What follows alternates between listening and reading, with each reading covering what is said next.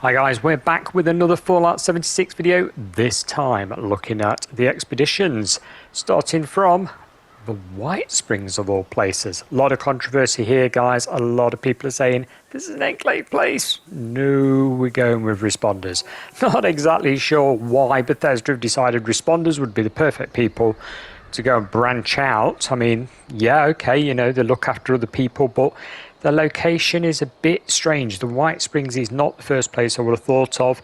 You know, there's plenty of fire station type places or other locations that we could have used for this group of volunteers. If not that, what about Flatwoods? I mean, Flatwoods is literally like their home. It's where you go start the game and you bump into somebody who wants to be a responder. The Enclave, on the other hand, they're very secretive. In fact, do the responders even know the Enclave are underneath them in the White Springs? It's that secretive. Maybe Modus and everybody has kept so quiet that they don't know they're actually there. So I guess the responders could be going about their own business without realising what's happening underneath them. Bit of a tall order, but still. So to get to the point, we are going to be responders. We're going to go on the roof of the White Springs Hotel. So we're going to take a Vertibird and we're going to fly off and do this mission. So without further ado, let's go and have a look what we've got to do to even get that started first. You're going to need to get the Vertibird refueled. So you need ultralight battery cells to be able to do this. And you have to fill them up by doing menial tasks inside the White Springs, such as, well, collecting food produce for the cook to be able to make a stew, which is anything from potatoes to carrots to things like that. And you can normally find them all in the White Springs as sort of highlight icons for the team leader to be able to get those. In our particular playthrough on, well, all of the ones that we've done, only the team leader had those icons showing. So bit awkward if you're trying to help the team leader out and get some of the produce, it doesn't tell you where. We did try it with external stuff. So for example, I went off and got some potatoes from a farm, brought them back, and that seemed to work as well. So you probably pre-prepare, you know. If you don't stir the stew, it does burn and you have to do it all over again. So make sure you stir the stew, guys, because there's a little timer on it. You'll notice it ticking down there, 50 odd seconds. Keep your eye on that one. Really easy to forget it and just let the damn thing burn. But hey, once you've done all this, there's a couple of other bits to do. One of ours was go and get some medical plans for the medical lady at the White Springs there. I think she's a nurse or something, but she tells you what she wants and off you go to AVR Medical to go and collect some bits and bobs. Normally located on a computer terminal, so you just sort of log in and your Pip-Boy downloads them, and then when you've done that, it's a case of wandering back again, going back to the White Springs and, of course, speaking to the lady. Now, she can give you other optional things in AVR to do. Now, I'm not sure if that's going to stay in the final one or not. It seems to be more focused on the terminals. We've done a few, and most of them were on the terminal there that we had to do. But anyway, all doing this ends up topping up the batteries for your Vertibird. Once you've got it to 100%, the team leader, and only the team leader, can initiate the fly and get you going, until you need to start using the intercom to land the Vertibird. Use the intercom. Aha, sorry, it's there. This thing on? Hey, I'm Hex, leader of the local 42, a union cell in the area. Skippy said that you're coming to help.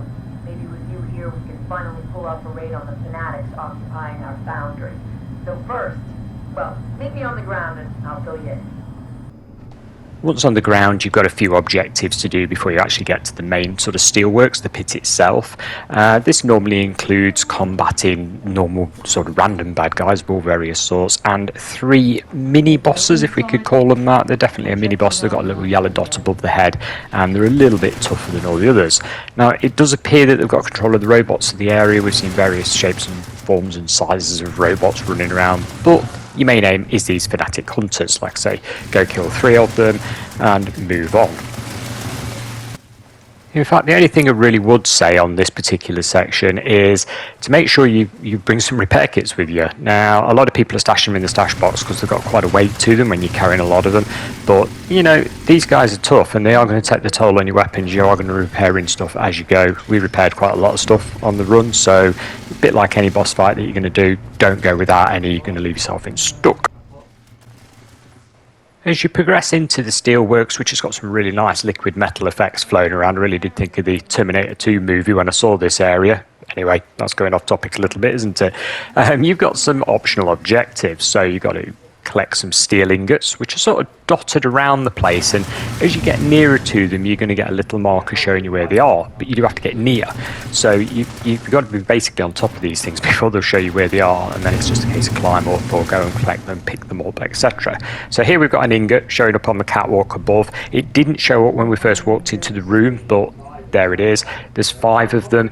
Now, collecting these optional extras does matter because the game's currency works on stamps. Okay, there's a maximum of 10 stamps that you can earn while doing each run. Now, the thing is with this at the moment, the way it's set, the leader gets the most stamps for them. We've also got to get these fanatic battle plans that you can see right here. And the more of this stuff you complete, the better for everybody in the team.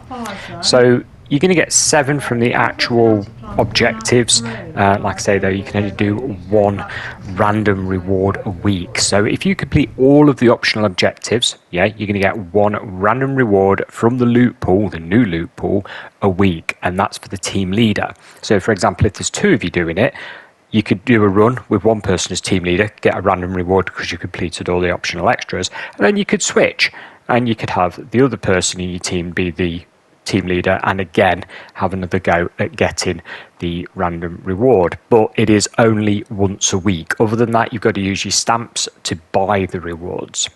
Okay, at the end of a run, you're going to be confronted with a load of trogs, which is from Fallout 3, and you've got to protect the people that they're attacking.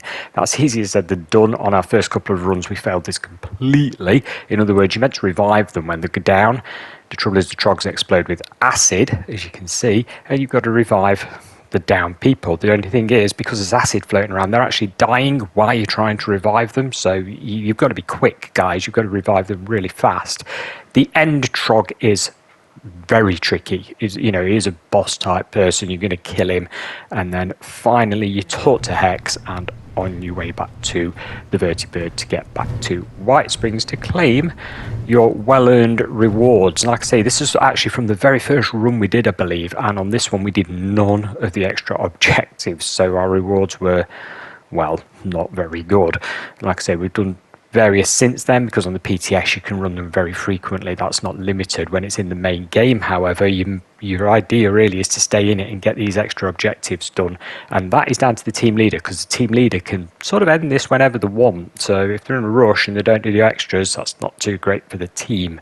But there you can see the team leader got 3 stamps from doing this, and that's just from the primary objective.